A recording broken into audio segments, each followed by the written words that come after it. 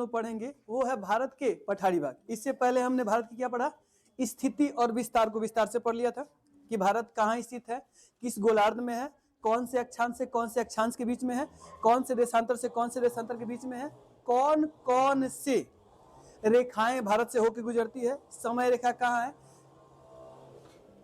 क्या कुछ कहना है, समय रेखा कहाँ है। इसके अलावा हमने पढ़ा कि भारत का पूर्वोत्तर पश्चिमोत्तर क्षेत्र पढ़ लिया हमने, ऊपर और दक्षिण का भी पूरा पढ़ लिया। उसके बाद हमने पढ़ा कि भारत को कितने भागों में बांटा गया है, 4 भागों में, एक पर्वतीय, दूसरा मैदानी, तीसरा पठारी और चौथा तटीय या पहाड़ी। पर्वतीय पहाड़ी एक में आ जाता है, जिसमें से हमने पढ़ा था कि पर्वत कितने थे 10.7%, पहाड़ी 18.3 या 6%, और इसके अलावा पठारी थे 27.7, और अगर मैदानी की बात करें तो 43% टोटल थे। ये हमने पढ़ लिया था। इसके बाद हमने पहाड़ों के बारे में सबसे पहले शुरू किया था। पहाड़ों में हमने पढ़ा था कि हिमालय के उत्तर भारत के पर्वतीय क्षेत्र पढ़े थे। इसको 2 भागों में बांटा गया था, ट्रांस हिमालय और हिमालय, ये हम पढ़ चुके थे। ट्रांस हिमालय की 3 श्रेणियां जो भारत से आती थी और 2 श्रेणियां, एक चीन और एक अफगानिस्तान में चली जाती थी। जो चीन में जो श्रेणी जाती थी उसका नाम क्या था, कुर्नूल श्रेणी। जो अफगानिस्तान में जाती थी हिंदू कुश, और 3 जो भारत में आती थी कौन कौन थी, काराकोरम, लद्दाख और जास्कर। काराकोरम, लद्दाख और जास्कर, ये 3 श्रेणियां थी। इसके बाद 3 हमने हिमालय की श्रेणियां पढ़ी थी, जिसमें बृहद हिमालय या महान हिमालय पहले श्रेणी थी, जिसको हिमाद्री के नाम से भी जाना जाता था। दूसरा जो था लघु हिमालय था, और तीसरा शिवालिक था। ये 3 पढ़ लिए थे। हिमालय में कौन कौन सी है, कहाँ है, रुक गया, स्थित दर्रे, उसके सारे प्रभाव को पढ़ लिया था। उसके बाद हमने मैदानी क्षेत्र पढ़ा। मैदानी क्षेत्र में सबसे पहले हमने क्या पढ़ा, मिट्टियां पढ़ी। मिट्टियों में कौन सा पढ़ा, बांगर। बांगर से पहले देखिए, बांगर खादर से पहले क्या था, भाबर। भाबर के बाद तराई, तराई के बाद बांगर, फिर खादर, फिर रेह और गुंड। ये मिट्टियों के बारे में पढ़ा। ये बेसिकली कहा है हमारे। उसके बाद हमने पढ़ा कि कौन कौन से नदी के मैदान से नाम से जाना जाता है। इसमें हमने पढ़ा सिंधु नदी के मैदान, जिसमें हमने 5 दोआबों की चर्चा की। सबसे पहले सिंधु सागर, जो किससे किसके मिलकर बना था, सिंधु और झेलम, सिंधु और झेलम। दूसरा चज दोआब, चज में कौन सा, चिनाब और झेलम। तीसरा रचना दोआब, रावी और चिनाब। चौथा बाड़ी दोआब, जिसमें ब्यास और रावी थी। और 5वां था बिष्ट दोआब, जिसमें ब्यास और सतलज नदी। ये हम पढ़ चुके थे। इसके बाद हमने पढ़ा पंजाब के मैदानों के बारे में, जिसमें पढ़ा कि पंजाब के जो उपजाऊ मैदान है वो तो है ही, लेकिन पंजाब के वो मैदान जिसमें खेती नहीं हो पाती है उसको क्या कहा जाता था, बैडलैंड ऑफ पंजाब कहा जाता था। और पंजाब में वो मैदान जिसको हवाओं के अपर्दन द्वारा बनाया जाता था, पहाड़ से उतरने वाली सरिताएं अपर्दन करके बनाती थी, उसे क्या कहा जाता था, चोस के नाम से जाना जाता था। ये हमने पढ़ा था। जिसको हवाई मैदान में उसको क्या कहा जाता था, चोस। फिर हमने पढ़ा राजस्थान के मैदान। किसके मैदान, जिसमें हमने पढ़ा कि अरावली के किस साइड में, अरावली के पश्चिमोत्तर साइड में पूरा का पूरा रेगिस्तानी क्षेत्र था, और अरावली के कहें तो हम पूर्वोत्तर साइड में पूरे के पूरे क्या थे, वैसे क्षेत्र थे जो उपजाऊ क्षेत्र थे। उन्हीं उपजाऊ भूमि जिसमें अच्छी खेती हो जाती, उसको किस नाम से जाना जाता था, रोही। तो राजस्थान के उपजाऊ भूमि को क्या कहते थे, रोही कहते थे। राजस्थान का उपजाऊ खेत उपजाऊ क्यों बना, क्योंकि वहां पे एक नहर की खुदाई की गई थी, इसका नाम क्या था, इंदिरा गांधी नहर, जो सतलज नदी से निकलती थी। और सतलज नदी से कहां से निकलती थी, हरिके नामक बांध से निकलती थी, या हरिके बैराज के नाम कहा जाता। ठीक है। इसके बाद हमने पढ़ा कि इसके बाद मिलता था गंगा के मैदान। किसके मैदान, मतलब कि गंगा नदी जो मैदान बनाती है, जिन क्षेत्रों को सिंचाई करती है, उसको किसका मैदान कहते हैं, गंगा का मैदान। और इसको 3 भागों में बांटा गया था, ऊपरी गंगा के मैदान, मध्य गंगा के मैदान और निचली गंगा के मैदान। ये क्लियर था। कौन कौन सा, ऊपरी गंगा के मैदान, मध्य गंगा के मैदान और निचली गंगा। ऊपरी गंगा के मैदान को 2 भागों में बांटा गया था, रुहेलखंड के मैदान और अवध के मैदान। रुहेलखंड के मैदान और अवध के मैदान। दूसरे की बात करें तो जो मध्य गंगा के मैदान थे, ये भी 2 भागों में बटे थे, पूर्वी उत्तर प्रदेश के मैदान और बिहार के मैदान। कौन कौन से थे, बिहार के। बिहार के मैदान को 3 भागों में बांटा गया था। सबसे पश्चिमी सारण के मैदान, मध्य में मगध के मैदान, म से मध्य, म से मगध के मैदान, और सबसे अगर हम बात करें पूर्व में तो क्या था, मिथिला का मैदान, सीता जी गांव वाला मिथिला का मैदान। और मिथिला के बाद हम पढ़ते हैं तो जो निचली गंगा के मैदान थे वो किससे संबंधित थे, बंगाल, पश्चिम बंगाल के मैदान से, ठीक है।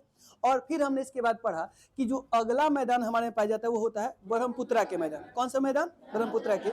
ब्रह्मपुत्रा नदी जब अरुणाचल प्रदेश के पहाड़ी क्षेत्रों को पार करके आती है तो असम में यह मैदान का निर्माण करती है। क्यों, क्योंकि जब असम में आती है वो तो गुम्फित बनाती है। गुम्फित का मतलब कि वो जो नदी होती है ये एक होती है, फिर यहाँ से ऐसे कट जाती है और ऐसे कट के फिर आगे मिलती है, फिर कटती है, फिर ऐसे और ऐसे ऐसे डिजाइन करते चली जाती है, जिससे बीच बीच का क्षेत्र क्या हो जाता है, दोआब का क्षेत्र बन जाता है। और वही गुम्फित में खेती होती है, उसको क्या बोलते हैं, उसको हम बोलते हैं असम के मैदान। किसके मैदान, असम के मैदान, या फिर ब्रह्मपुत्रा के मैदान के नाम से जाना जाता है। और यही जो गुम्फित बनाती है, ये न केवल गुम्फित बनाती है बल्कि विश्व की सबसे बड़ी नदी द्वीप बनाती है, जिसमें सबसे बड़ा कौन सा है, मांजुली, और सबसे छोटा उमानंदा, सबसे छोटा उमानंदा। यहां तक हमने कर लिया था ना पूरा, इसमें कोई दो राय तो नहीं था। इतना एग्जैक्ट हमने पूरा कंप्लीट कर लिया था। अब इसके आगे चलेंगे जिसमें हमको पढ़ना है इसके नीचे वाला भाग, जिसको हम बोलते हैं पठार। और एक एक पठार के बारे में विस्तार से मैं आपको बताऊंगा, ठीक है। और बताने के बाद आपको कोशिश करूंगा कि याद भी करा दूं। बस आपका काम होगा मुझे ध्यान से सुनना। अभी मैं थोड़ा तेज बोल रहा था क्योंकि ये रिवीजन रिकैप चल रहा था, पिछले एपिसोड में आपने देखा। अब आगे, ठीक है, वो था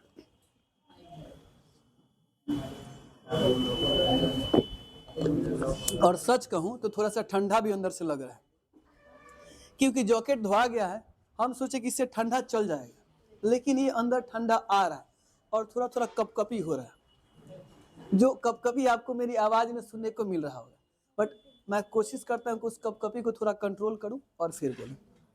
चलें बबनी लोग, अब ध्यान से देखिएगा। पहले मैं आपको मैप बनाऊंगा, मैप के साथ साथ कौन से पर्वत कहाँ कहाँ हैं, उनकी क्या क्या खासियत है मैं करके बताऊंगा, ठीक है। लेकिन ये नहीं बताऊंगा कि उसमें क्या क्या मिलता है, क्योंकि अगर ये बता दूंगा तो फिर उर्वरक वाले क्षेत्र में मिलेगा जिसमें हमको पढ़ना होगा, तो फिर से वही रिपीट करना पड़ेगा, मजा नहीं आएगा। तो मजा के लिए हम थोड़ा सा पहले पढ़ लेते हैं, देख लेते हैं कि कौन से पहाड़ कहाँ है, कौन से पठार कहाँ है, उससे हमें क्या फायदा, उससे हमें क्या जानकारी मिल सकती है।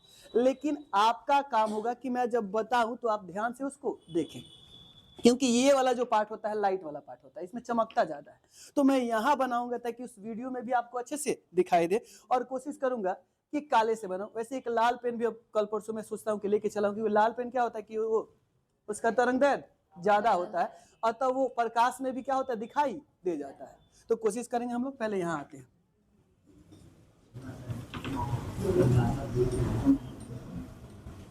इसमें ज्यादा बनाने की जरूरत नहीं है। देखिए ये भारत का निचला हिस्सा है, ध्यान से देखिए। Hello mike testing 1 2 3। इस यहां से यहां पार्ट को, ये जो त्रिभुजाकार है, इसको बोला जाता था गोंडवाना लैंड। क्या बोला जाता था, जो कि अफ्रीका का हिस्सा था, वहां से टूटा और भारत में आके टकराया, और भारत में क्या हुआ, एडजस्ट हो गया। इसके टकराने से ही हिमालय की उत्पत्ति हुई थी, मैंने आपको बताया था। तो ये जो गोंडवाना लैंड की प्लेट है, इसी को प्रायद्वीपीय भारत बोलते हैं। क्या बोलते हैं, प्रायद्वीपीय भारत। प्रायद्वीप किसे कहते हैं, प्रायद्वीप का अर्थ होता है कि वैसा द्वीप जो तीन तरफ से जल से घिरा हो। किस तरफ से जल से घिरा हो, तीन तरफ से। अब हमारे यहाँ देखिएगा तो भारत की साइड क्या है, अरब सागर है। यहाँ देखिएगा तो क्या है, बंगाल की खाड़ी, याद रखिएगा बंगाल की खाड़ी है। और नीचे देखिएगा तो क्या है, हिंद महासागर। कौन सा है, हिंद महासागर है। क्लियर। अब इसी हिंद महासागर के क्या है, प्रायद्वीपीय भारत है। तो इस प्रायद्वीपीय भारत की अगर हम शुरुआत करते हैं ना, तो सबसे पहले हम शुरुआत करेंगे एक पर्वत से, जो कि इस गुजरात से शुरू होता है और यहां से चलते चलते दिल्ली तक जाता है। और इसी के ऊपर अभी फिलहाल में आंदोलन भी चल रहा है, जो आंदोलन क्लियर हो गया। सुप्रीम कोर्ट ने कह दिया है कि कोई भी हमारे भारत की अगर प्राचीन धरोहर है तो उसे नष्ट करने का अधिकार किसी को नहीं है। अतः अरावली को जो काटा जा रहा था, अब अरावली नहीं कटेगा, बच चुका है। और एक तरह से आंदोलन हमने देखा, इससे पहले बहुत सारे आंदोलन हुए थे जो शायद हम देखे नहीं थे, सुने थे, जिसमें नर्मदा बचाव आंदोलन, नर्मदा नदी पर जब सरदार सरोवर बांध बन रहा था तो उसके लिए हुआ था, जिसके लिए कौन थी, नाना पाटेकर के साथ अगर हम आते हैं तो उन्हीं की चाचा की लड़की थी मेघा पाटेकर। लड़की नहीं थी, मतलब आएगा आपको, तो नाना पाटेकर से याद रखिएगा। तो मेघा पाटेकर के द्वारा ही नर्मदा बचाओ आंदोलन शुरू किया गया था, जिसपे वो इस बांध का विरोध कर रही थी। कौन से बांध का? सरदार सरोवर डैम का विरोध कर रही थी। याद रखिए, किस बांध का? सरदार सरोवर डैम का विरोध कर रही थी, क्योंकि उसके बनने से बहुत सारे गांवों में बाढ़ आने की संभावना थी। दूसरा आंदोलन हुआ था जो हमने नहीं देखा था, जो था चिपको आंदोलन। कौन सा आंदोलन? चिपको आंदोलन, जहां पेड़ पौधों को बचाने के लिए उत्तराखंड के कुछ आम गांव के लोगों ने क्या किया था? पेड़ों को अपने बाहों में पकड़ लिया था, बोला था कि पेड़ काटना है तो पहले किसको काटो? हमको काटो। और उसके जो नेता थे, जिनका नाम था सुंदर लाल बहुगुणा, बहुगुण वाले थे, नाम भी सुंदर लाल, देखिए कितना बढ़िया था। तो ये आंदोलन था। इसके अलावा भी बहुत सारे आंदोलन चले थे ना, जिसको हमने नहीं देखा था, लेकिन एक आंदोलन हमें लगा कि हम देखेंगे, और ये आंदोलन भी उतना हाईलाइट नहीं हुआ, तब तक खत्म हो गया। वहां के सारे लोग वहां पहुंच गए थे कि नहीं, चाहे कुछ भी हो जाए, अरावली को कटने नहीं देंगे, धरोहर है हमारी। तो वही अरावली जो है ना, ये अरावली गुजरात से शुरू होकर कहां तक जाती है? दिल्ली तक। तो देखिए, ये गुजरात में कहां से शुरू होती है? अरावली गुजरात में कहां से शुरू होती है प्रीतम? अरावली, हाँ, गुजरात के पालनपुर, कौनपुर? पालनपुर से लेके दिल्ली के मजनू के टीला। कौन टीला? मजनू का टीला। अब मैं मजनू का टीला कहूँ तो आप लोग हंसिएगा मत, इसका नाम है मजनू का टीला। और इसे ही दिल्ली में दिल्ली रेंज के नाम से जानते हैं। किसके नाम जानते हैं? अब आपका सवाल होगा कि सर ऐसा नाम का है कि मजनू का टीला? इसीलिए मजनू का टीला, क्योंकि दिल्ली में सबसे ज्यादा मजनू लोग घूमते हैं।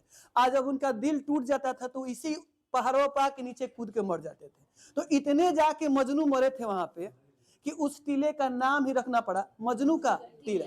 तो कंफ्यूज मत होइएगा। तो कहां से कहां तक है? गुजरात के पालनपुर से लेके मजनू के टीले तक। और ये लगभग कितना स्ट्रेच है? 800 किलोमीटर। कितना है?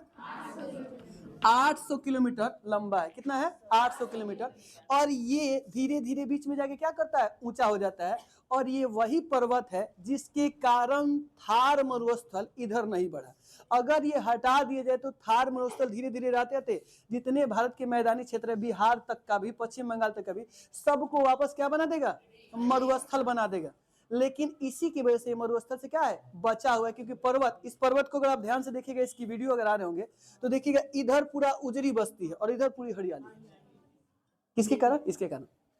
अब देखिए, अरावली से पूछता है, ये भारत का जब ये बना था ना, तो सबसे पहले ये वलित पर्वत था। क्या था? वलित पर्वत, यानी कि जिसके वलन से पड़ा होगा। लेकिन ये इतना प्राचीन है कि अब ये टूट फूट होने लगा। अतः ये भारत नहीं बल्कि पूरे विश्व का सबसे प्राचीनतम रेलिक्ट माउंटेन, यानी कि अवशिष्ट पर्वत है। क्या है?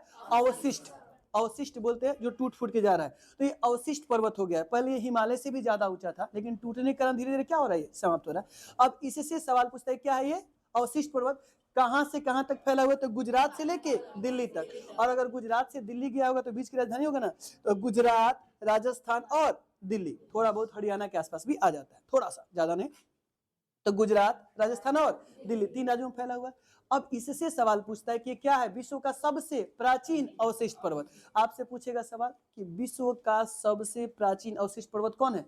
अरावली। इससे प्राचीन पूरे विश्व में अभी तक कोई पर्वत नहीं है। डन? ये समझ में है? अवशिष्ट पर्वत किसे कहेंगे? वैसे पर्वत जो अब टूट फूट करके बिखर रहे हैं, उनको क्या कहेंगे? अवशिष्ट पर्वत। ठीक है। अब पूछेगा कि अरावली श्रृंखला कितनी लंबी है?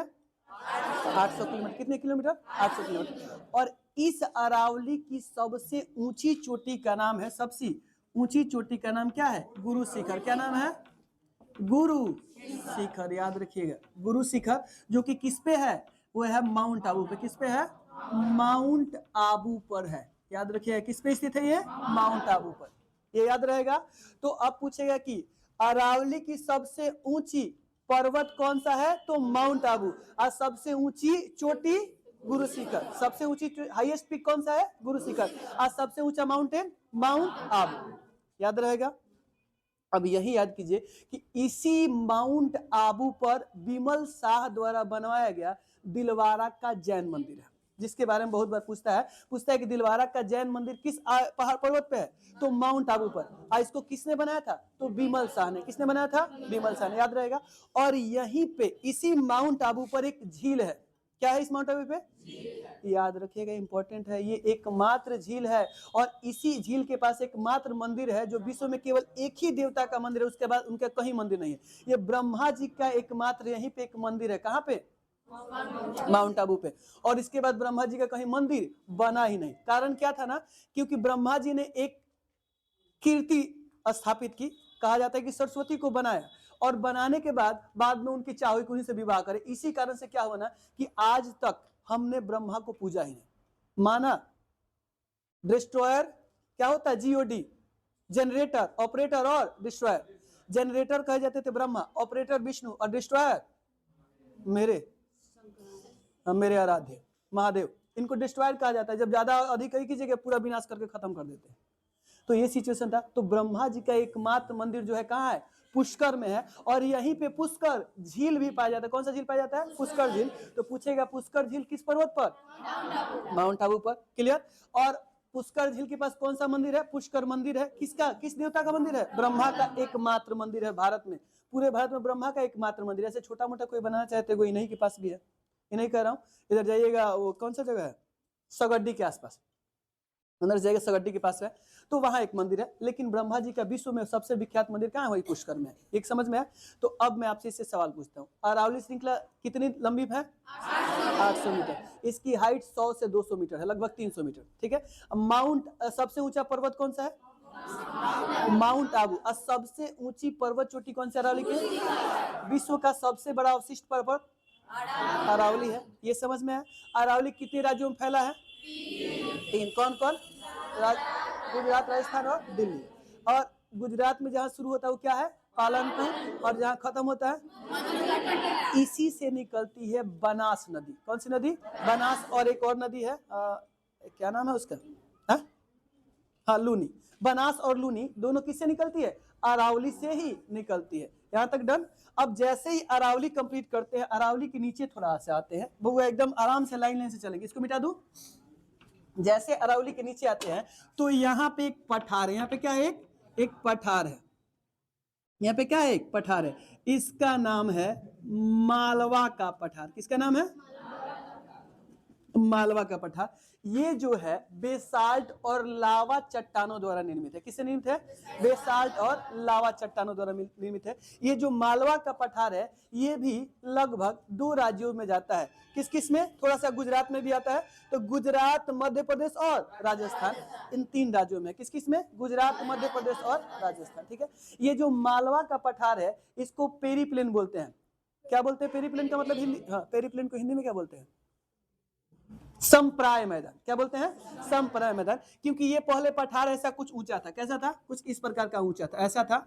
लेकिन लगातार हवाओं, जल और नदियों के अपर्दन के कारण ये ऊपर से घिसते गया और पूरा का पूरा घिस गया, जिस कारण से क्या बन गए? मैदान बन गया, जिसको संप्राय मैदान या फिर क्या कहते हैं? पेरी प्लेन कहते हैं। क्लियर? और ये किससे बना है? बेसाल्ट और लावा चट्टानों से। क्योंकि इसका इधर का पूरा क्षेत्र कभी कभी क्या होता है, यहाँ पे ज्वालामुखी फटे थे और उन्हीं से इनका निर्माण हुआ था। बेसाल्ट चट्टान क्या होता है? जब लावा चट्टानों बनते हैं उसको अग्निय चट्टान कहते हैं, और अग्निय चट्टान जब रूपांतरित होता है उसको क्या बोलते हैं? बेसाल्ट बोलते हैं। इसको रूपांतरित भी कहते हैं। क्लियर? अब अगर इस मालवा के पठार के बगल में हम आए तो यहाँ है बुंदेलखंड का पठार। कौन सा पठार है?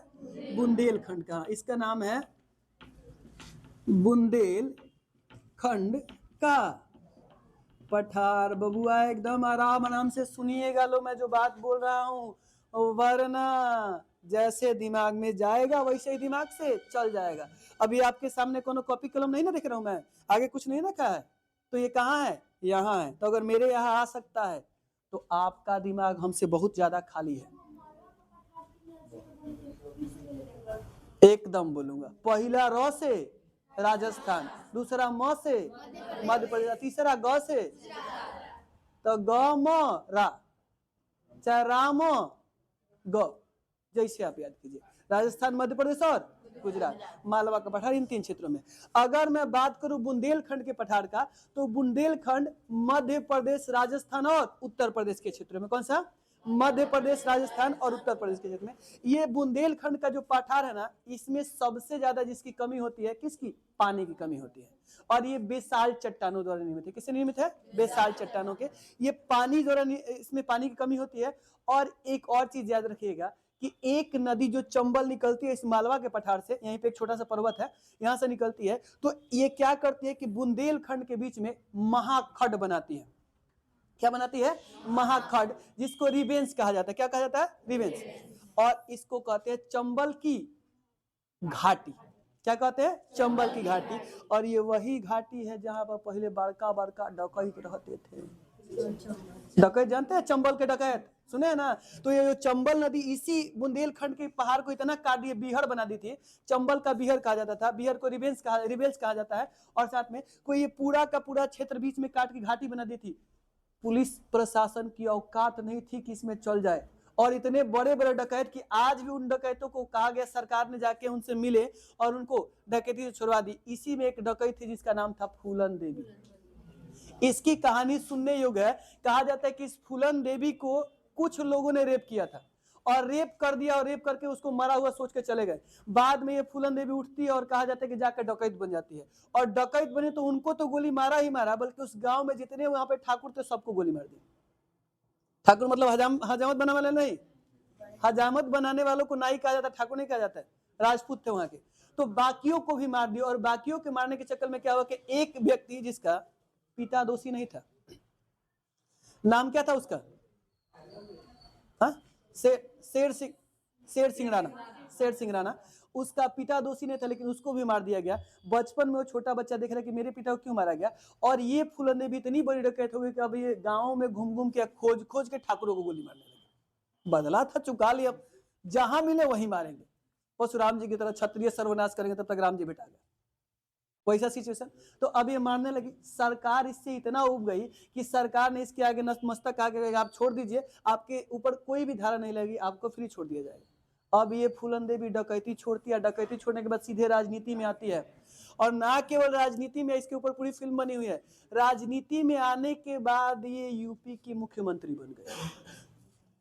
सोच लीजिए, एक डकैत जिसके साथ गलत हुआ, और गलत होने के बाद अधिकांश महिलाओं के साथ गलत होता है तो क्या होती है? वो छोड़ देती है, त्याग देती है, अपना एक अलग जिंदगी जीना शुरू करती है। लेकिन ये मारी, बदला ली, बदला लेने के बाद डकैती छोड़ती है और फिर क्या करती है? उसी यूपी उत्तर प्रदेश की मुख्यमंत्री बन जाती है। लेकिन ये भूल जाती है कि देखिए, जब आप अति करते हैं, जैसे उन लोगों ने अति किया तो आपने उसका बदला लिया, तो आप अति करते हैं तो आपका भी बदला लेने वाला कोई होगा ना जी। तो जो छोटा बच्चा था शेर सिंह राणा, कहा जाता है, अभी भी वो जिंदा है, मरा नहीं है। शेर सिंह राणा के बारे में जाके खोजिएगा, अभी है वो, अभी वो अपना नया सेना बना के चल रहे हैं। तो इस शेर सिंह राणा क्या कहा जाता है कि जाता है और ये मुख्यमंत्री पद पे शपथ लेने के बहुत दिन बाद, मतलब कहीं कार्य में गई होती है, वहीं पे जाके उनको सीधे गोली मार देता है।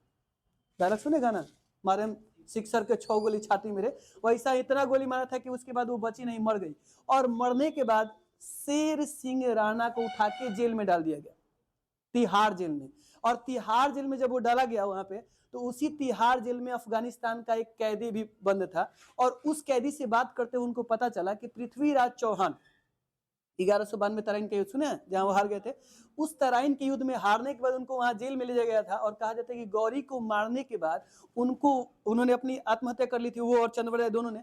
तो चंद्रवर दाई और पृथ्वीराज चौहान दोनों की अस्थियां वहीं गौरी की कब्र के सामने रखा हुआ है। और जो भी लोग गौरी की कब्र में मिलने जाते हैं, वो चप्पलों से उनके कब्र पे पीटते थे और तब जाते थे। जब इनको ये बात पता चली, क्योंकि इनके पूर्वज थे पृथ्वीराज चौहान, अतः ये व्यक्ति तिहाड़ जेल फाना और भाग गया। और भाग के पहले अफगानिस्तान गया। अफगानिस्तान में जाके उन कब्र के पास गया जहां देखा कि वो सही में चप्पल लगाया जा रहा था। उस व्यक्ति वहां रुका और रात के अंधेरे में उसने उस कोड़ा, और वहां से पृथ्वीराज चौहान की अस्थियां और चंद्रवर दाई दोनों की अस्थियों को उठाया, प्लास्टिक में पैक किया और वापस लेके भारत आया। जिसके बाद से राजस्थान में उसी शेर सिंह राणा की मां ने वहां पे उन दोनों के लिए क्या बनाया? बहुत ही बड़ा समाधि स्थल बनाया गया पृथ्वीराज चौहान का। अब जाके आप देख सकते हैं वो बना गया। और फिर वापस ये जेल गया, अब जाके छूट चुका है। बेसिकली इसको सरकार ने माफ कर दिया, अब ये बाहर अपना नेतागिरी करे। ये सिचुएशन था। तो किसमें है?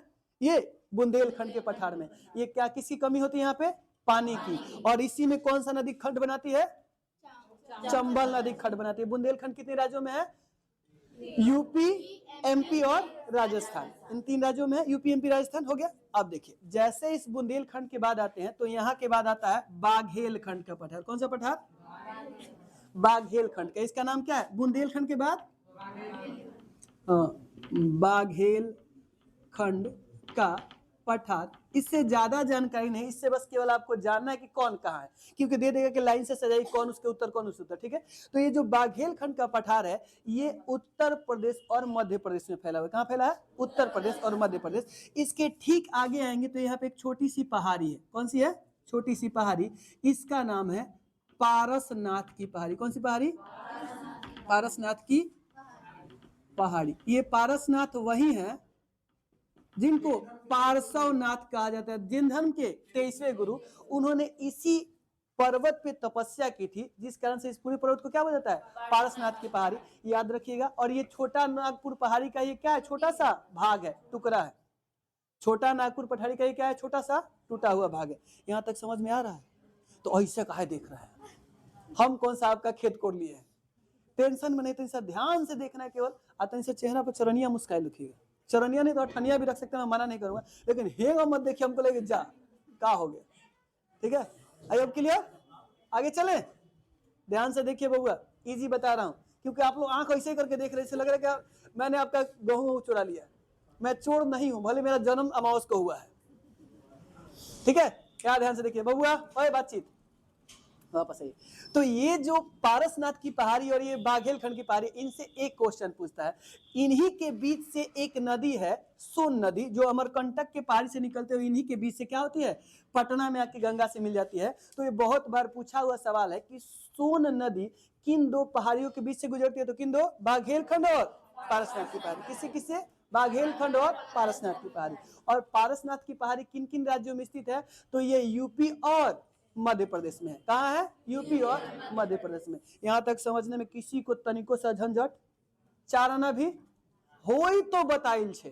ठीक है, अब ध्यान से देखिए, इसी पारसनाथ की पहाड़ी के थोड़ा और आगे जाएंगे तो यहां आपको मिलेगा छोटा नागपुर की पहाड़ी। किसके अंदर पहाड़ी? छोटा नागपुर की नहीं, का पठार। बेचारा पुरुष है। छोटा नागपुर का पठार। अरे पगला आदमी, झारखंड में एक बार जाके देखिएगा, बताऊंगा। उसमें सर्च कीजिएगा। कहाँ कहाँ होगा? थोड़ा सा उसमें छत्तीसगढ़, थोड़ा सा यूपी और थोड़ा सा एमपी, अतानी सा झारखंड, तीनों 4 बार जाएगा। ध्यान से देखिए, यहाँ देखिए, इधर देखते हैं। छोटा हो भी सकता है, इन्हें हो जाए, लेकिन वही है। ध्यान से देखिए, अब ये छोटा नागपुर की पठारी की बात करें तो छोटा नागपुर का पठार पूछता है कि किन किन राज्यों में फैला हुआ है। देखिए, सबसे ज्यादा है झारखंड में। सबसे ज्यादा किसमें? झारखंड में। थोड़ा सा पश्चिम बंगाल में। कहा? पश्चिम बंगाल में। और थोड़ा सा आपके छत्तीसगढ़ में, थोड़ा सा बिहार में। लेकिन बिहार में इतना कम है इसलिए बिहार का यूज नहीं होता है। तो कौन कौन सा? छत्तीसगढ़, झारखंड और पश्चिम बंगाल, इन तीनों में फैला कौन सा है? छोटा नागपुर का पठार। और बेसिकली अगर मैं बात करूं झारखंड में, तो झारखंड में इस पठार को 3 भागों में बांटा गया। कितने भागों में बांटा गया है? यहाँ लिख दूं क्या? हाँ, यहाँ लिखता हूँ। देखिए, झारखंड में इस पठार को कितने भाग में बांटा गया? 3 भाग में। सबसे पहला होता है कोडरमा का पठार। कौन सा पठार? कोडरमा घाटी के नाम सुने हैं आप? जब बिहार से झारखंड में जाइएगा ना तो कोडरमा घाटी हो ही के जाना पड़ता है। उसमें जाइएगा तो हेंगा हेंगा रास्ता, हेंगा और ऐसे ऐसे पूरा रास्ता है। जाइएगा तो उसमें गाड़ी पूरा बस रात को तेज में लेके चलते हैं। पहले का सिचुएशन था, उसमें बहुत सारे क्या रहते थे? अरे नक्सली रहते थे। पूरा का पूरा बस ऐसे रोड पे किसी आदमी को गिरा देंगे छटपटाते हुए, ऐसे ही अपने पड़ा हुआ है। अगर आप उसमें दया दिखा के रोक गए तो पूरा का पूरा बस लूट लेते थे, लोगों की हत्या भी कर देते थे। वो सिचुएशन था। एक बार हम लोग फंसे हुए थे, पूरा गाड़ी सही लेके चल गया था। सामने आदमी कट रहा था। सामने आदमी कटते देखे किसी को? ज्यादा टेप है कि ये सामने काटा, वो सिचुएशन था। तो ये चंबल का था। और जानते हैं कब? बाद में जब पुलिस पर कार्रवाई शुरू हो गई तो आज वहां के आदिवासी जो हैं वो क्या है, अब वो सही से रह रहा है। आपको कोडरमा में उतनी चोरी नहीं हो रही है ना, आप पूछिएगा, किसी से भी पूछ लीजिएगा, मैं बोल नहीं रहा हूं। 8 से पहले कोडरमा में अगर कोई गया होगा, उनसे पूछिएगा कि वहां क्या स्थिति थी। आप गए 4 चक्कर लिए, जानते क्या करते थे? बड़का बड़का पत्थर तुर तुर के गिरा देते थे, पत्थर तुर के गिरा देते थे रोड पे। आप गाड़ी रोकिएगा ही, क्योंकि जाने का कोई रास्ता नहीं है। रोक दिए तो गए। पहले तो पूरा गाड़ी लूटा जाता था, आप फिर टांग के आपकी गाड़ी को ले जाता था, फिर आपके घर पे कहते फोन कर आ मंगाओ, हाथाना दाम चाहिए, नहीं लाए तो फिर आप उससे बाहर नहीं आइएगा। ला भी दिए तो भी उम्मीद कमे रखिए, अगर पैरवी ज्यादा है तो आ जाएगा। हम लोग का पैरवी लगा था, जानते किसके पास? छापड़ा के सांसद प्रभुनाथ सिंह। अब पीएन सिंह कहिए शॉर्ट में, चाहे प्रभुनाथ सिंह, यहाँ लगा था। आगे आते हैं थोड़ा सा। अब ध्यान से देखिए कि ये सिचुएशन था। तो ये जो था, पहला कौन सा है? कोडरमा का पठार। दूसरा जो पठार है इसको बोलते हैं रांची का पठार। कौन सा पठार? रांची का पठार। दूसरा कौन सा है? रांची का पठार। और तीसरा कौन सा होता है जी? एक और था, एक और था। कोडरमा का पठार, रांची का पठार, एक और था। कोडरमा, रांची, एक और पठारवा था, क्या नाम था जी उसका? अच्छा, एक और को छोड़ देते हैं, थोड़ा देर में आ जाएगा वो, यहाँ है, कहीं ना कहीं से घूम के आ जाएगा, ठीक है? थोड़ा सा छोड़ देते हैं। तो इस पठार को 3 भागों में बांटा गया, कोडरमा का पठार, रांची का पठार, और एक और था, एक था, कंफर्म है कहीं था, अभी यहीं पे है। हाँ, हजारीबाग, एकदम सही कह रहे हैं। तीसरा है हजारीबाग का पठार। कौन सा है? हजारीबाग का पठार, एकदम सही कहे बबुआ। ये हजारी वाला हमारा भाग जा रहा था, हजारी बाजारी चल जा रहा था, पहले हजारी बाजारी का नाच आता था, वही कहीं चला गया। ठीक है, अब देखिए झारखंड के पठार कितने भाग में बांटा गया है? कोडरमा का पठार, रांची का पठार और हजारीबाग का पठार। इन तीनों को केवल याद रखिएगा। ये खनिज की दृष्टि से बहुत ही अधिक महत्वपूर्ण है, लेकिन अभी इसमें नहीं बताऊंगा कौन कौन खनिज पाए जाते हैं, लेकिन थोड़ा सा बताता हूँ। इसमें कोयला, इस्पात, इसके बाद तीसरा जो होता है वो क्या बोलते हैं उसको? यूरेनियम। ये सब बहुत अधिक मात्रा में पाया जाता है। जादू गोड़ा इसी में है जिसमें यूरेनियम प्राप्त होता है, लेकिन इसकी चर्चा अभी नहीं करूंगा, क्योंकि इसकी चर्चा फिर हमको करना पड़ेगा खनिज नामक चैप्टर में, तो वहां करेंगे। केवल बता रहा हूं कि आप इसको याद रखिए, ये कहा है, ठीक है? और ये जो छोटा नागपुर का पठार है, इसके ठीक बगल में देखिएगा तो यहाँ पे एक छोटा सा ऐसे पर्वत है, छोटा सा ऐसा पर्वत है। इस पर्वत का नाम है राजमहल हिल्स। क्या नाम है? राजमहल हिल्स, जो कि भागलपुर का क्षेत्र होता है। कौन सा क्षेत्र होता है? भागलपुर के आसपास का क्षेत्र होता है, भागलपुर के आसपास का क्षेत्र होता है ये राजमहल हिल्स। समझ में है? और इसी राजमहल हिल्स की बात करें तो यहीं पे जो जनजातियां रहती थी, आप सुने होंगे मुंडा विद्रोह, हो विद्रोह, और बहुत सारे जनजातीय विद्रोह पढ़ेंगे, उसमें से आधी जनजातीय विद्रोह इसी में हुई थी, राजमहल हिल्स में, ठीक है? जिसमें नोनिया विद्रोह था। नोनिया विद्रोह का नाम सुना है? नोनिया विद्रोह हुआ था, और उसमें क्या किए गए थे? कुछ जातियों को लेके एगो पीपल के पेड़ पे टांग दिया गया। वहां एक पीपल भी है, भागलपुर में जाइएगा तो मिलेगा आपको। और ये राजमहल हिल्स है। और राजमहल हिल्स के बाद देखिएगा तो यहाँ का पूरा बीच में क्या है? एकदम खाली स्थान है, और इस खाली स्थान का नाम है मालदा गैप। क्या नाम है? मालदा गैप। क्यों मालदा गैप? ये मालदा गैप कैसे बना ये थोड़ा सा बता देता हूं, ज्यादा विस्तार से नहीं बताऊंगा, ध्यान से देखिए, क्योंकि कोई जरूरत नहीं है, आपके एग्जाम में पूछता नहीं। पूछता है कि राजमहल हिल्स और मेघालय की पठार के बीच में जो खाली स्थान उसको किसके नाम से जानते हैं? तो मालदा गैप से। देखिए जब ये आके गोंडवाना लैंड की पर्वत टकराए थे ना, पहाड़ टकराया था ना, तो टकराने के बाद ये थोड़ा सा क्या हुआ था? पीछे हट गया था, जिस कारण यहाँ पे पूरा का पूरा क्या हो गया था? खाली स्थान बच गया था, उसमें कोई पर्वत पहाड़ी नहीं। उसको किसके नाम से जानते हैं? उसको किसके नाम जानते हैं? 100% डन। समझ में आया ना? पक्का? तो यहाँ है मालदा गेप, और मालदा गेप के ठीक बगल में चले इधर थोड़ा सा, इसको और आगे बढ़ा दें तो मैं उसको यहाँ बनाता हूँ। यहाँ पे जाइएगा ना, जैसे कि ये लाइन गया, तो ये लाइन ऐसे आके जब ऐसे आता है ना, तो यहाँ पे भी एक पर्वत है, 3 गो पर्वत है, और कुछ इस प्रकार का, ठीक है? और इसको बोलते हैं, मेघालय में है तो इसको बोलते हैं मेघालय का पठार। क्या बोलते हैं? ये हर चिन्हवा को आगे बढ़ा, इसी चिन्हवा को दिख रहा है, ये आ गया, इसको आगे बढ़ा के तो इसको बोलते हैं मेघालय का पठार। किसका पठार?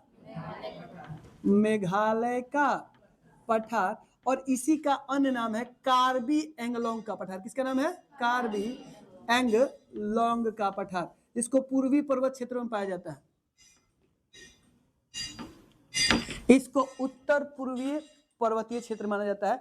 और इसी में जो पठार दिख रहे हैं, इन तीनों का नाम अलग अलग है। इसका नाम है गारो। क्या नाम है? गारो। इसका खासी, और इसका जयंतिया। क्या नाम है? गारो, खासो और जयंतिया। गारो, खासी और जयंतिया। और जानते हैं मेघालय में इन तीनों का नाम अलग अलग क्यों है? क्योंकि यहाँ तीनों जगह पे तीन अलग भिन्न प्रकार की जनजातियां रहती है। गारो जनजाति, खासी जनजाति और जयंतिया जनजाति। और याद रखिएगा एक और चीज, यहाँ से क्या पूछता है, ये जो खासी है ना, इसी खासी पहाड़ी पर एक पाया जाता है पर्वत जिसका नाम है, एक स्थान पाया जाता है जिसका नाम है मानसीन राम। कौन सा नाम?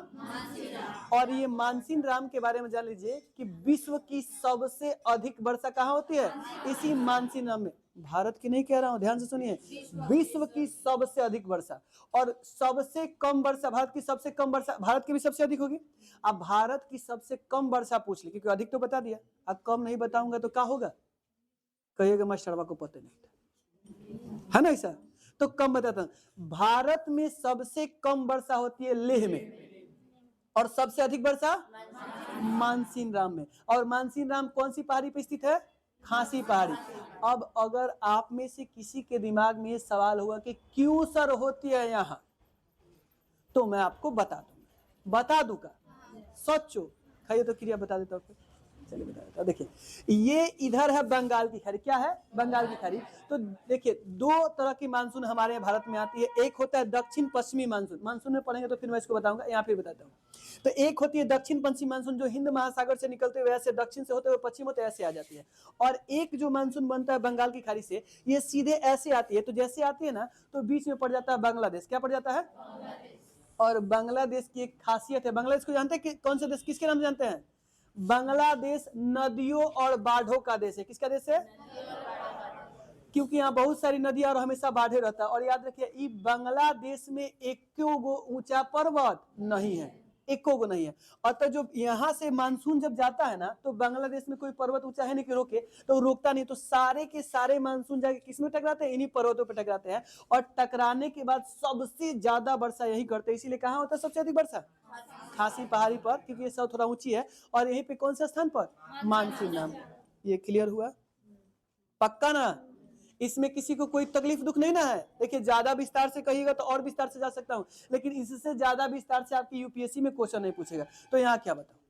आई होप समझ में आया। तो देखिए इधर से हम समझे मालवा का पठार, बुंदेलखंड का पठार, बाघेलखंड, पारसनाथ की पहाड़ी, छोटा नागपुर का पठार, राजमहल, इसके बाद मालदा गैप, फिर मेघालय का पठार जिसका नाम क्या था? कार्बी एंगलोंग का पठार। कितने भागों में बटा? 3 भागों में। कौन कौन? गारो, खासो और जयंतिया। किसके नाम पे नाम पड़ा? वहां पे रहने वाली जनजातियों के नाम पे। और किस पे मानसीन राम स्थित है? खासी में। मानसीन राम क्या है? जहाँ विश्व की सबसे अधिक वर्षा होती है। और भारत की सबसे न्यूनतम वर्षा कहाँ? लेह में। डन? किसी को कोई दुख तकलीफ नहीं ना है? अब इसके आगे चलते हैं। कौन सा? अच्छा है ना? हाँ देखिए यहाँ पे है दिलवारा का जैन टेम्पल, लिख देता हूँ। कौन सा? इतना अच्छा तो नाम है, दिलवारा।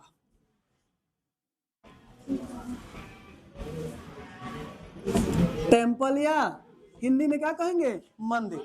दिनवाला का कौन टेम्पल? हाँ दैन टेम्पल। कौन था? दैन। आई तो कितने बनाया था? विमल था।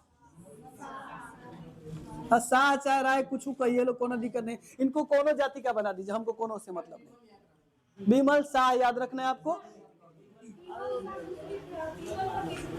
फिर से विमल पट्टी नहीं, पटेल की चर्चा अभी तक मैंने इतिहास में नहीं सुना। हो सकता है कोई व्यक्ति होंगे, व्यक्तित्व होंगे, लेकिन यहाँ विमल शाह की बात होती है। और विमल शाह जो थे जानते हैं, जिन्होंने मंदिर बनाया था, ये गुजरात के थे। कहाँ के थे? गुजरात के। जिन्होंने बातचीत, हाँ क्या पूछे? पूछिए। अब ब्रह्मा जी का जो मंदिर बनाया था पुष्कर,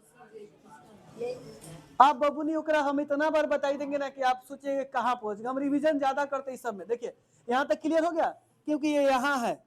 अब इसके आगे चल, देखिए जैसे इसके बाद आते हैं तो यहाँ पे एक लंबी श्रेणी आपको देखने को मिलेगी। क्या मिलेगी? एक लंबी श्रेणी। यहाँ से 1 2 और ये 3, इन तीनों को बोलते हैं, यहाँ लिखता हूं, क्या बोलते हैं? बिंद की श्रेणी। क्या कहते हैं इसको?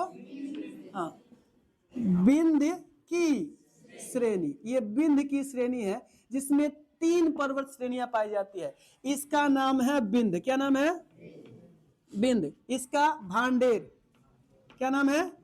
भांडेर। और इसका नाम है कैमूर। कौन सा? कैमूर। तो बिंद की श्रेणी में 3 पर्वत श्रेणियां पाई जाती है, बिंद, भांडेर और कैमूर। कौन कौन? बिंद, भांडेर और कैमूर। और इसी बिंद, भांडेर और कैमूर में इन तीनों की सबसे ऊंची जो चोटी है उसका नाम है माउंट कालूमर। कौन मर? कलुआ मर। माउंट कालूमर, या इसे ही सद्भावना के नाम से जानते हैं। किसके नाम से जानते हैं? सद्भावना एक्सप्रेस सुने लोग? तो पूछेगा कि बिंद की सबसे ऊंची चोटी का नाम क्या है? सद्भावना या फिर माउंट कालू। कौन मर? हाँ, खाली कालू मर या गोरखा? तो माउंट कालूमर या फिर सद्भावना के नाम से जानते हैं। बिंद में कितनी श्रेणी है? 3 गो, बिंद, भांडेर और कैमूर। ठीक है, यहां तक डन। इसी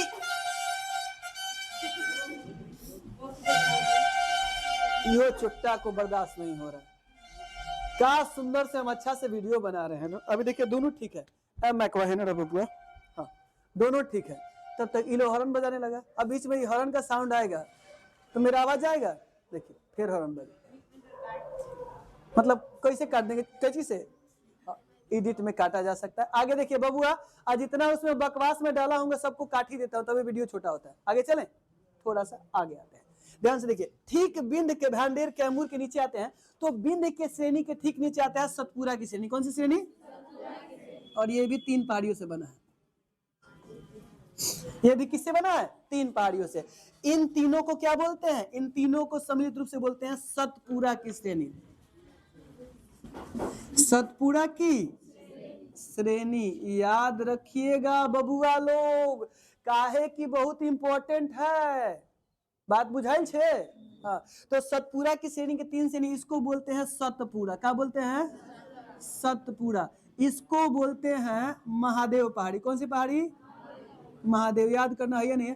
इसका नाम है मैकाले। क्या नाम है? हाँ, तो सतपुरा श्रेणी कितने श्रेणियों से मिलकर बनी है? 3। कौन कौन? सतपुरा, महादेव और सतपुरा, महादेव और सतपुरा, महादेव और मैकाले। पक्का 100% इसको दिमाग में छापते जाइए, क्योंकि यहाँ छपा है तो आपके भी छप जाएगा। अब ध्यान से देखिए, सतपुरा, महादेव, मैकाले, इन तीनों में इस महादेव पहाड़ी पर इसकी सबसे ऊंची चोटी पाई जाती है। क्या पाई जाती है? सबसे ऊंची चोटी। जिस इस ऊंची चोटी का नाम क्या है? धूपगढ़ी। क्या नाम है? धूपगढ़ी। थोड़ा इसको ज्यादा नीचे लेके ना, ठीक है ठीक है, गुजरात के पास ही है, बेस्ट है। इसका नाम क्या है? धूपगढ़ी। तो पूछेगा कि सतपुरा की सबसे ऊंची चोटी का नाम क्या है? क्या नाम है? धूपगढ़ी। याद रहेगा। और बिंद की सबसे ऊंची चोटी कालूमर या सद्भावना। बिंद में कालूमर या सद्भावना, और सतपुरा में धूपगढ़ी। याद रहेगा पक्का 100% ना भुलाएं तो आप समझिए हमरा का। हमको तो पढ़ाने से मतलब है, 3 बार 4 बार पढ़ाऊंगा, लेकिन आपका मतलब है याद करने से, तो याद रखिएगा। अब यही जो मैकाले श्रेणी है, मैकाले श्रेणी पर सबसे ऊंची चोटी का नाम है अमरकंटक। क्या नाम है? इस अमरकंटक को याद रखिएगा। भुला गए तो बड़ी तकलीफ है। ये धूपगढ़ी से छोटा है अमरकंटक, लेकिन इस अमरकंटक को इसलिए याद रखने क्योंकि इससे 2 गो नदी निकलती है। कितना नदी निकलती है? 2 गो। एक नदी जो हेने चल जाती है पहाड़िया के बीच से, दोनों के बीच से, इस नदी का नाम क्या है? हाँ, सोन नदी। देखिए यहाँ लिखता हूँ, यहाँ दिखेगा, हाँ दिखेगा, अमरकंटक। अमरकंटक की पहाड़ी से 2 नदी निकलती है। एक नदी जो उत्तर की तरफ बहते हुए चली जाती है, इसका नाम क्या है? सोन नदी। और ये नदी जो सोन निकलती है किन पहाड़ी के बीच से जाती है? बाघेलखंड और पारसनाथ के पर्वत के बीच से गुजर जाती है। ठीक है, पारसनाथ और किससे गुजरती है? बाघेलखंड के बीच से गुजर के पटना में आके किससे मिल जाती है? गंगा से। और इसका नाम सोन है इसलिए क्योंकि इसमें सोना मिलता है। हाँ, ये रंग सुनहरे का, इसी में सोना मिलता है। और बहुत लोग सोना छानते भी हैं, दिन भर छानते हैं तो आधा ग्राम में सोना बिटोर लेते हैं। ठीक है, देखिए, तो यह सोन नदी है। आपका मन करे तो ड्यूटी करे तो चल जाइए सोन में सोना छानने, लेकिन वो बड़ा आसान चीज नहीं है, बड़ा तकलीफ होती है सोना छानने में, बड़ा ऐसे ऐसे घुमा घुमा के उसको निकालना पड़ता है। आगे चलते बबना, और एक नदी जिसके बारे में याद रखना होगा, जो भ्रंश घाटी से बहती है। याद रखिए, पूरे भारत में 3 नदियां भ्रंश घाटी से बहती है, एक नर्मदा, दूसरी तापी और तीसरी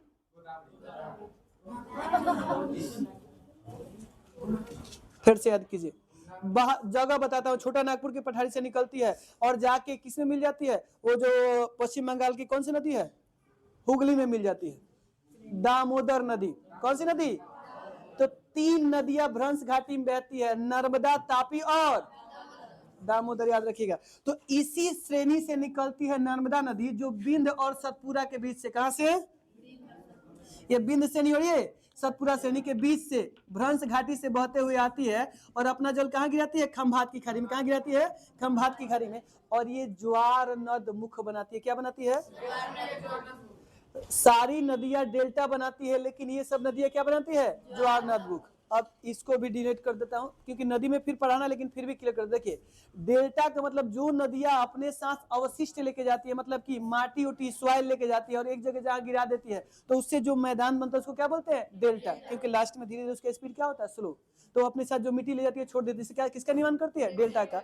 लेकिन जो नदियां पर्वत और पहाड़ियों के बीच से जाती है, वो अपने साथ कुछ नहीं ले जाती है, तो वो सीधे सीधे ऐसे जाके ऐसे ऊपर से सीधे गड्ढा में गिरती है, जिसका से लगता है कि वो मुख बना है। इसको क्या बोलते हैं? ज्वार नद मुख। ज्वार नद मुख क्या होता है? देखिए, ऊपरों कोई ठक ठक करना शुरू कर दिया। ज्वार नद मुख, ठीक है। और आपको लग रहा है कि आप लोग को अभी दिखाया तो ठक ठक सुनाई दे रहा है, इससे पहले कितना आवाज गायब हो गया, आपको सुनाई दिया क्या? नहीं तो अब बंद करके सुनिए कितना पेपा सुनाई दे रहा है, तब तक मैं यहाँ आता हूँ। हॉर्न सुनाई दिया? जब तेज हो सुनाई दिया तो दिया, उससे पहले को हॉर्न सुनाई दिया था? उससे पहले कितना पेपा करके पार हो गया। सोचिए आपका दिमाग कितना तेज है कि ध्यान आकर्षित किया कि कुछ पीछे का सुनाई नहीं दे रहा, जबकि सबसे पीछे है। मैं उनसे पूछ रहा हूँ, सुनाई दे रहा था पीछे का आवाज? कुछ वो आई ठक ठक जो उतना देर से हो रहा था, सुनाई दे रहा था जब तक कि मैंने नहीं सुनवाया? अब ध्यान उधर चला गया ना, वापस ये है ध्यान लगेगा तो कान काट लेंगे पकड़ के। ये तीनों हो गया। तो अमरकंटक की पहाड़ी से ही कौन निकलती है? नर्मदा नदी, जो बिंद और सतपुरा के बीच से आते हुए कहाँ गिरती है? खंभात की खाड़ी में अपना जल गिराती है। और इसी अमरकंटक से निकलती है सोन नदी, जो कहाँ मिलती है? गंगा में आके पटना में मिलती है। कहाँ मिलती है? पटना में। और याद रखिएगा यहीं पर बातचीत बटोइए बुनेपुरी, आपको ढेर पढ़ लिए ज्योग्राफी, भगा देंगे घरे। तो दोनों लोग का विदाई एक के बार में, एकदम तनिको टाइम नहीं लगेगा। 2 लोग का विदाई के टाइम में। आपको लग रहा है ढेर तेज हो गए हैं, तुरंत घरे जाइए, आराम कीजिए, घरे रहिए, हमको कोनो टेंशन नहीं है। का कह सकते हैं ना? पहले तो डरो था कि एक आध को छात्र कम ले, ढेर है। ऐसा कुछ नहीं है, चाहे एगो भी हो, अगर वो भी डिस्टर्ब करें उनको भी भगा दूंगा। पढ़ने के लिए आइएगा, पढ़ाऊंगा, नहीं आइएगा, मेरा यही है। पढ़ाई समझ में आए पढ़िए, नहीं समझ में आए तो मैं क्या बोलता हूं कि अगर मैं पढ़ा रहा हूं और आपको समझ में नहीं आ रहा है तो पूछिए। आपके पूछने के बाद फिर समझाऊं, नहीं समझ में आया फिर पूछिए, 2 बार समझाऊं फिर नहीं समझ तो तीसरा बार एक बार लास्ट चार्ज कर लीजिए, सर एक बार आओ। अगर तीसरा बार भी समझाए नहीं समझे तो कहिए मास्टरवा लायक नहीं है, निकलिए, कोई नया मास्टर धरिए। काहे कि पैसा बर्बाद करने नहीं आए हैं। जो 500 रुपया माई बाबू देते हैं ना महीने का, बड़ा मेहनत का होता है ना। तो कहिए 100 रुपया कमा के देखिएगा, किसी से 100 रुपया भीख मांगे नहीं देगा। 1 रुपया देता है तो 4 बार सोचता है कि दे दे कि छोड़ दे। याद रखिएगा। तो बड़ी पैसा मेहनत से आता है। तो अगर मैं पढ़ा रहा हूं, समझ में आ रहा है तो पढ़िए, नहीं आ रहा है तो मास्टर और कोचिंग दोनों बदलिए, इसमें कोई दो राय नहीं, हमको कोनो तकलीफ नहीं होगा। देखता हूं कि कभी कभी कोई बच्चियां कहीं और चल जाती है, जिनका मतलब मैं मॉर्निंग में पढ़ा रहा हूँ तो कुछ बच्चियां स्कूल पढ़ाती है, जैसे कहा वो आई नहीं, उनकी सहेली लोग आई हैं, नहीं आई हैं, आज बेचारी नहीं आई हैं, तो उनकी कुछ सहेलियां जो उनके साथ आती थी, तो क्योंकि वो स्कूल पढ़ाती है तो स्कूल के टाइम पे ही है तो नहीं होता है, तो शाम को किसी और कोचिंग में जाती है। तो मैं देखा कि कल की परसों मुझे जब रोड पे मिली था उनकी सहेली, दोनों लोग, आपकी वो जो छुटकी है वो आपके साथ थी ना, वो तो दोनों मिले, तो हमको देखी तो ऐसे ऐसे करके जा रही थी। हमको लगा कि ये क्या चल रहा है जी।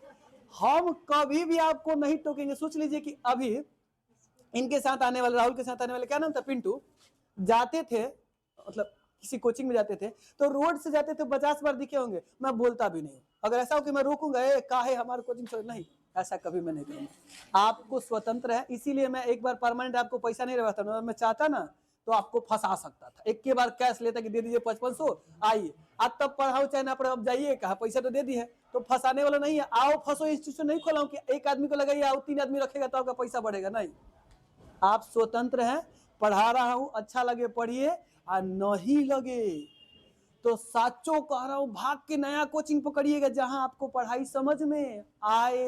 ये नहीं कि मास्टर बढ़िया है, चाहे अच्छा देखने में लग रहा है, चाहे और क्या कहते हैं उसको कि हमारी सहेलियां वही जब पढ़ती है, इसीलिए सहेली के चक्कर में नहीं रहना है, सहेली पहेली के चक्कर में नहीं, यही रह जाएंगे। पढ़ाई समझ में आए तो बेस्ट रुकिए, सच बता रहा हूं, आए में कोई दुख नहीं, मेरे सामने से भी जाइएगा, मैं प्राउड से कहेगा तो सैल्यूट मार दूंगा आपको। डन, आगे चलते हैं। देखिए यहां तक पूरा क्लियर होगा। बिंद की श्रेणी और सतपुरा की श्रेणी, सतपुरा की जो लास्ट श्रेणी इसका नाम क्या है, मैकाले। मैकाले की सबसे ऊंची चोटी का नाम क्या है, अमरकंटक। अमरकंटक से दो नदी कौन कौन, सोन और नर्मदा। नर्मदा किन घाटियों से बहती है, तो बिंद और सतपुरा की बीच की घाटियों से बहती है ना, यहाँ तक कोई दिक्कत नहीं ना है, पक्का। डन। अब देखिए एक चीज और आपसे एक सवाल पूछता है, ये जो मैकाले श्रेणी है ना, इसी के बगल में एक और पर्वत श्रेणी है जहां से महानदी निकलती है।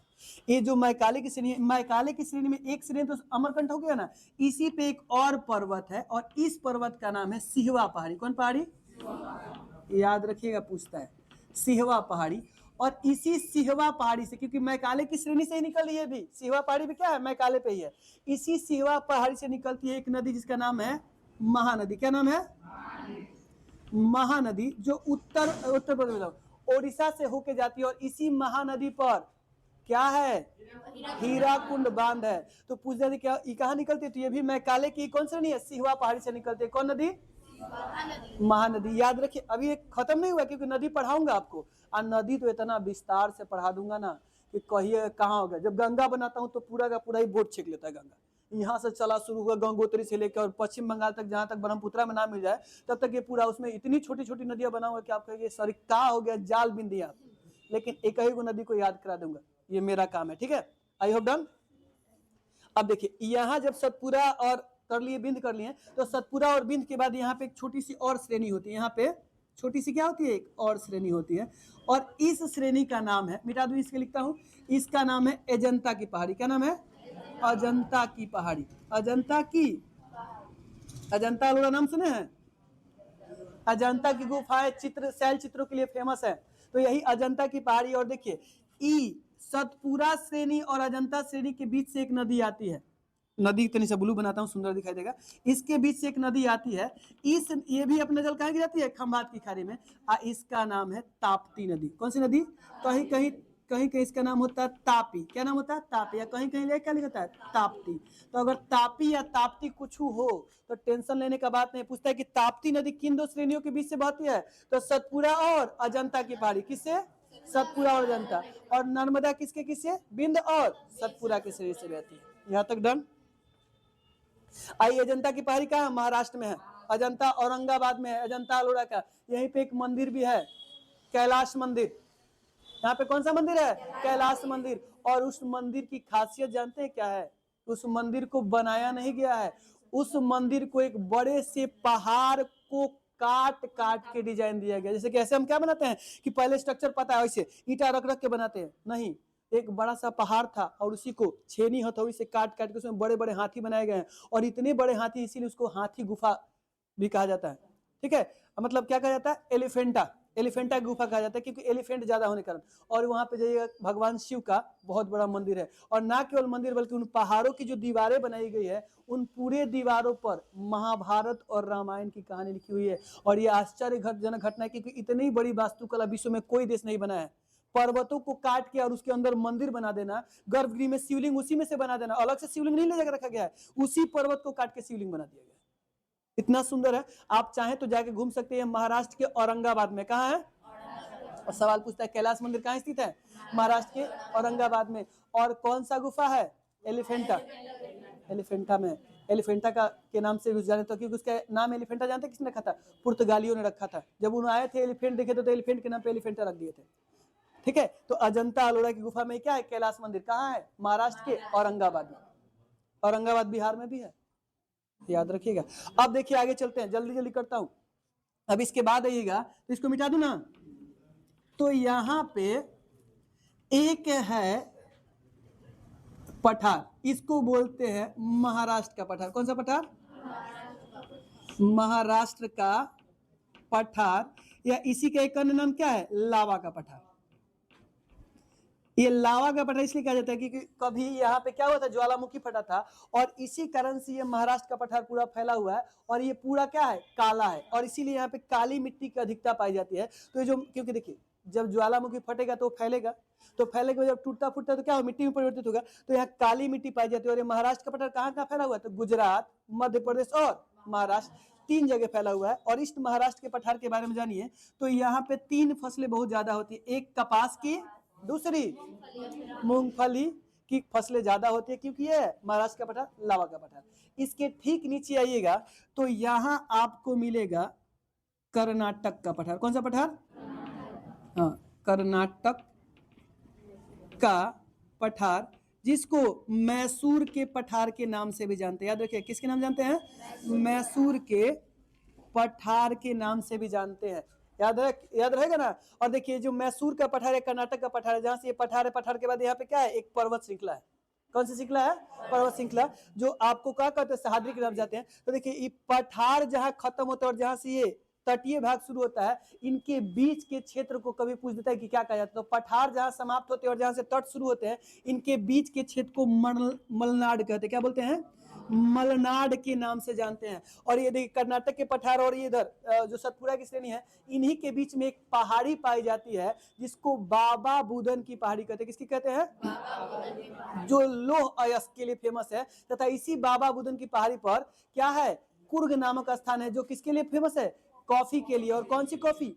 अरेबिक कॉफी के लिए फेमस है, याद रखिएगा। ठीक कर्नाटक के पठार के नीचे आएगा तो यहाँ पे है तमिलनाडु का पठार। कौन सा पठार है?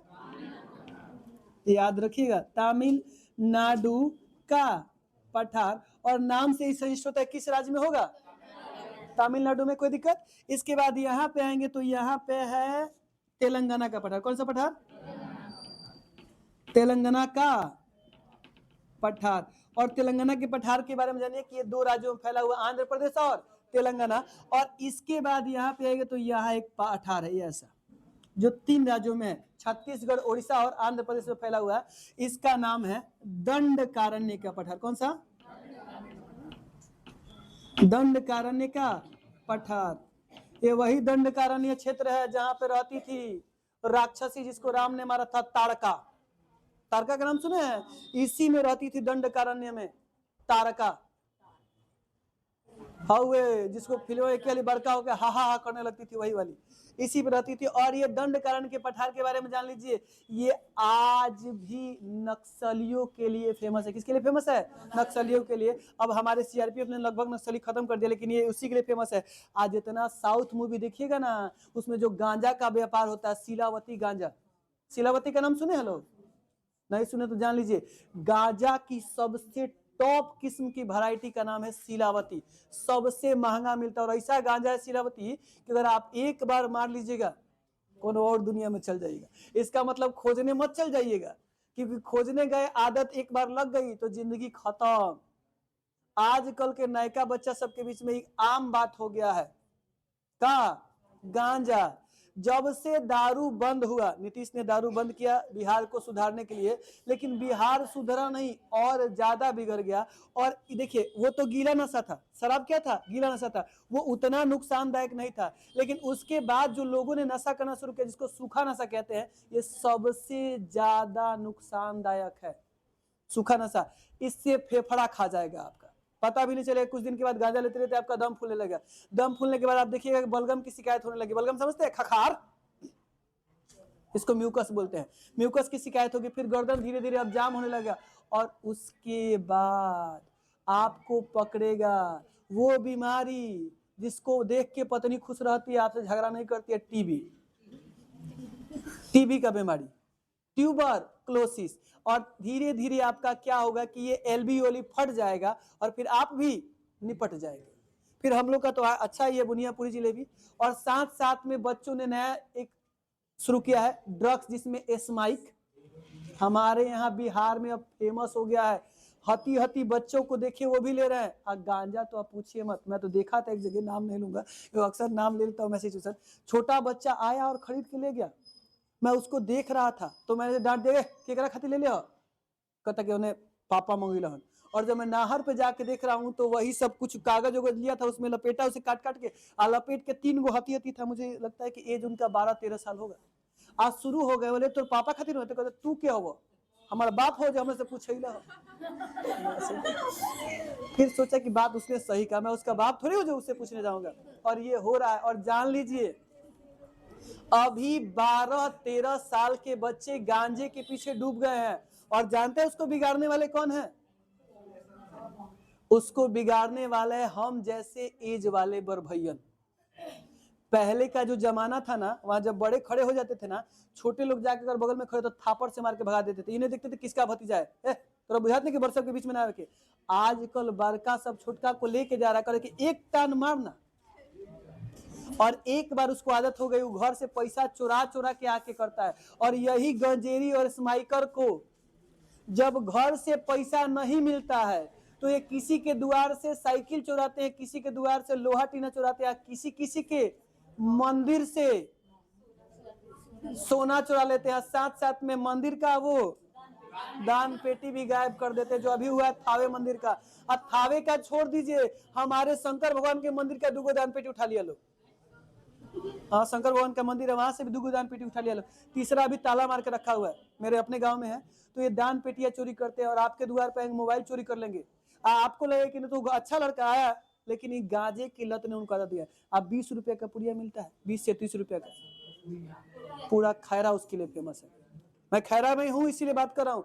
और याद रखिए ये चीज अच्छा नहीं है कहना, क्योंकि हाँ क्या हुआ, अरे सुलेशन बहुत पहले से चला, लेकिन सुलेशन वो करते थे जो गरीब बच्चे थे। सुलेशन का जानते क्या होता है? सुलेशन जब सूंघ लीजिएगा ना, हाँ गरीब बच्चों की सूंघ लीजिए, आपको भूख नहीं लगेगा दिन भर। वो सुने क्रिस का गाना सुनेगा, आजकल बड़ा फेमस है। तो वो जो क्रिस का गाना सुनेगा, देखिएगा जब भी वो रहता है उसका आंख देखिएगा नशे में रहता है ना, वो सुलेशन लेता है। क्योंकि जो गरीब होते हैं ना, जो चुनने वाले होते हैं, उनका काम वही है सुलेशन। जानते क्या होता है सुलेशन? जानते क्या होता है? साइकिलवा का टिउरा जिसे सटता है ना, 10 रुपए से 15 रुपए का आता है सुलेशन। उसको ले लेते हैं लोग, ऐसे लेके उसको एगो कपड़े पे गाड़ लेंगे और गाड़ के उसको बंद करने के बाद उसको नाक में सूंघते रहते हैं। कुछ तो खा भी जाते हैं। तो अब नाक में सूंघेगा ना, वो इतना ज्यादा नशा होता है कि आपका आंख पूरा लाल हो जाएगा। और लाल होने के बाद ऐसे एकदम एकदम आराम से, और बाद भले आपको कोई मार दे, आपको खाना, आपको कोई फर्क नहीं पड़ेगा। और वही सुलेशन और स्माइकी मारने वाले बच्चे, हाँ सुलेशन और स्माइकी मारने वाले बच्चे आजकल छपड़ा में लोगों को छुरिया मार रहे हैं। आज जानते किसका ग्रुप है उनका? सब 12-13-14 साल के बच्चे। अगर आपसे छपड़ा में कोई 12-13 साल का 14 साल का बच्चा अझुरा रहा है, उससे हाथ जोड़ी के भैया गलती हो गई, निकल जाए वहां से। क्योंकि अगर रहे तो तुरंत वो फोन करेगा। आप फोन करें 10 गो आए या ना आए, वो तुरंत फोन करेंगे और 10-15 गो आएंगे। आज जब आते हैं ना, सब सुलेशन मारे हुए हैं, सब वही तो बता रहा हूँ, सब सुलेशन स्माइकी मारे हुए। सोचेंगे नहीं छुरी चलाने के लिए, इतना तेज छुरी चलाते हैं ना कि आपको सेकेंडों में मार के मुआ देंगे। तो जब भी झगड़ा हो, अपने आप को बाहुबली बनाने की जरूरत नहीं है, हाथ जोड़ के चुपचाप निकलिए। क्योंकि उससे नहीं, अगर आप उसमें से 1-2 को मारिए दीजिए, कोई फर्क नहीं पड़ने वाला है। और वही छोटे बच्चे आज छिनतई कर रहे हैं, ट्रेनों मोबाइल लूटते हैं, वही बच्चे लोगों को छुरी मारते हैं, वही बच्चे स्टेशन से आने वाले व्यक्तियों को रास्ते में टेम्पू में घेर के लूट लेते हैं। और अभी हुआ फिर पिठौड़ी में कांड हुआ है, मेरे एक मित्र की बहन के यहाँ पूरा का पूरा घर लूट लिया गया। 7 गो लोग थे, शाम को 6-7 बजे की बात है, ठीक है।